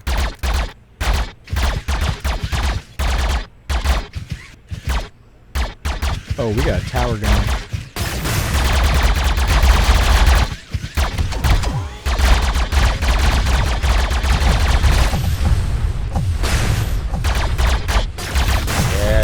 Congratulations, Lyle. You get the 4 too. Send me a question which one and give me your Ember ID. MyEmber.com. Since this is the third pack, I'd like to take an extra moment to say thank you, Giga, for sponsoring this and setting this up for everybody. Everybody give Giga a round of applause. The seal of approval. Back to you, bro. All right. Oh, I can't. I can't do the totem. I've lost my firefall skills. Ronan, help. No, I'm not even in there. I need the mojo back. I've lost my mojo. I've lost my mojo. Got some extra mojo in my pocket here somewhere.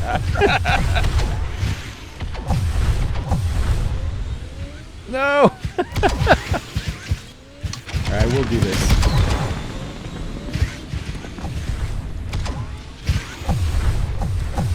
Ah, just missed that one.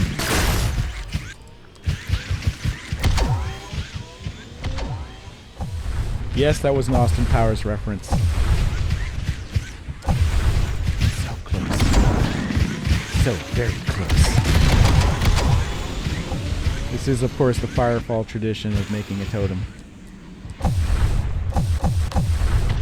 Ah!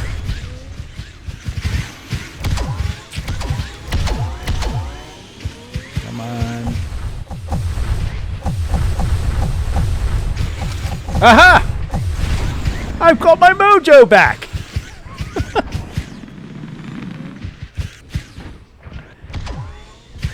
Oh, yeah. I can see my house from here. Oh, quick tip, it's far easier in first person. Okay, thank you. Yes, assert dominance over the Sihu by totem posing. Well, we can form a tower of firepower here.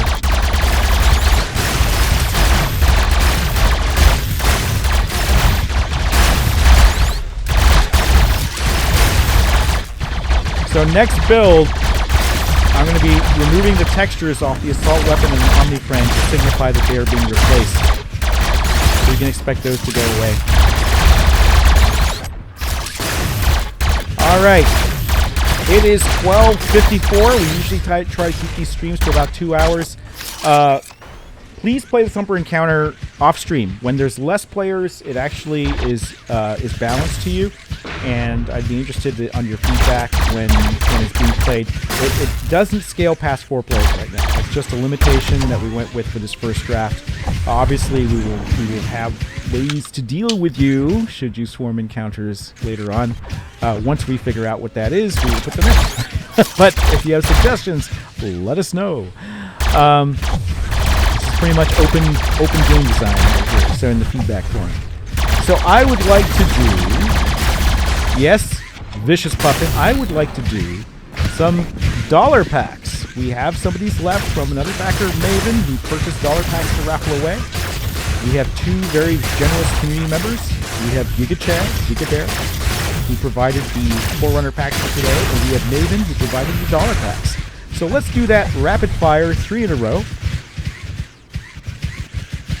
Ronan, take it away. And here we go, guys. If you don't know, well, you're about to find out real quick. These are the dollar packs, the Maven dollar packs from back when he got a bunch of packs ready for Milestone 3 that you can't get into in any other way except for these dollar packs. So here we go, rapid fire, Faye. Let's just go 1 to 1 to 1. As soon as we get a winner and it's clear, go ahead and throw out the next one. All right. I will open up and post the screenshot so you guys can be looking at it while we do the raffle here.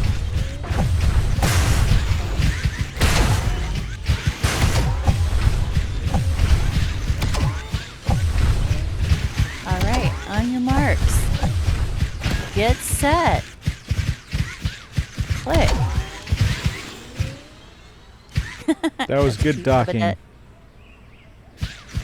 Ain't no dollar pack, girl. Geronadin, that was That's good right. combining. Gurren Lagann. Yeah. Kamada would be proud. That was very manly combining. I was moving, and then he was able to jump on me while moving. It was pretty awesome.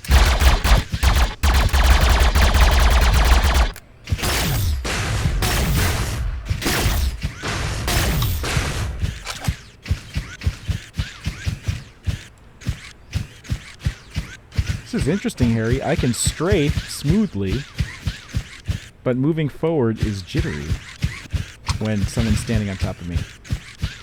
Grums, I don't think they can hear us on stream. Oh, really? Oh, of course nothing has changed, right? My mantra. Why tempura? Congratulations. Oh no, they can hear you. I guess the volume might just be a little low. Congratulations, Tempura. All right, y'all ready for the next one?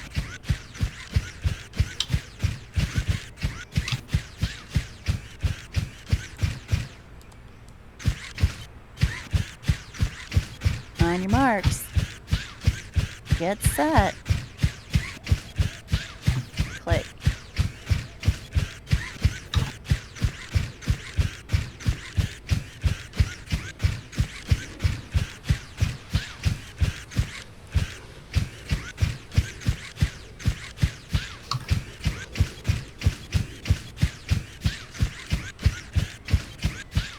We're all being quiet because the raffle's going on in Discord. There is no chat during the raffle,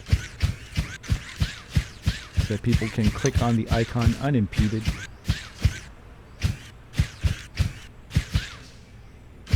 Hey, Zeth, congratulations.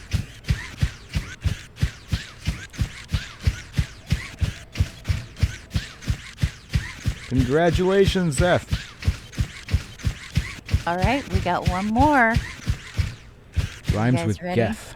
You're not from Mass Effect, are you?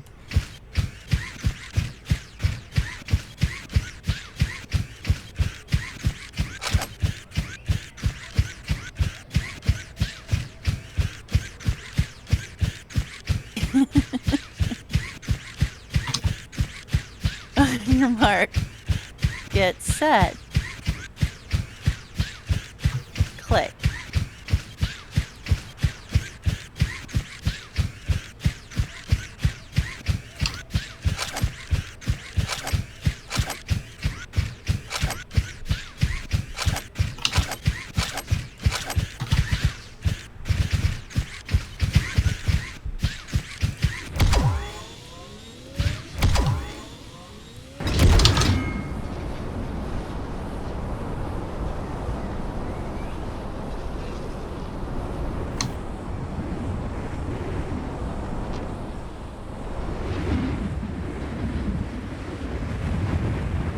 Congratulations, I'm Archimo Gaming.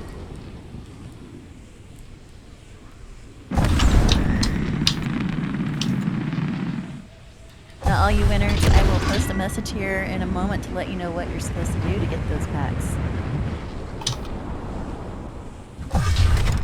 That was 3 grams. Back to Awesome. you. Thank you, Faye. All right. So, I know it ain't much to look at, but she's got it where it counts, kid. I think this terrain is not Copa. It's obviously devoid of any details, but it is much larger in size. Grum solo, yeah. So I hope you guys see this as a net positive, even though we've removed a bunch of graphics. It does look kind of icy, like how the world's supposed to be, but remember, our snow may not necessarily be white. It's made out of sulfur dioxide after all. But definitely a positive. Miss says, good. Yellow, yeah, I refuse to make it yellow, but I might experiment with orange.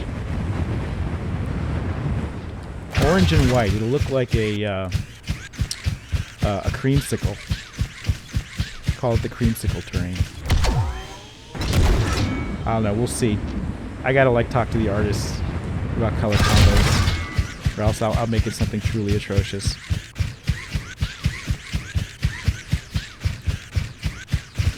And yep, definitely try the Thumper encounter, like I said, on your own or in groups of up to 4.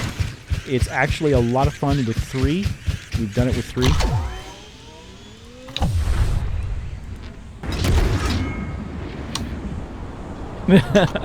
What's wrong with orange and white? No, nothing's wrong with orange and white.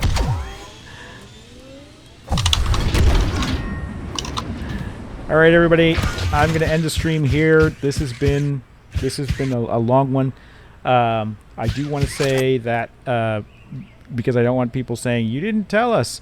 The Renga skin is going away. It's only available for today and tomorrow, and by midnight tomorrow. A little bit of grace period on Saturday morning, usually because Saturday, I don't stay up to midnight to take it down. I wake up early Saturday morning and I take it down. The Renga skin is available in the store up until then. The subscriptions, we are climbing thanks to the recent email. We are over 1,300 and I want to say 1,310 now. If we reach 1,500, then we're going to get the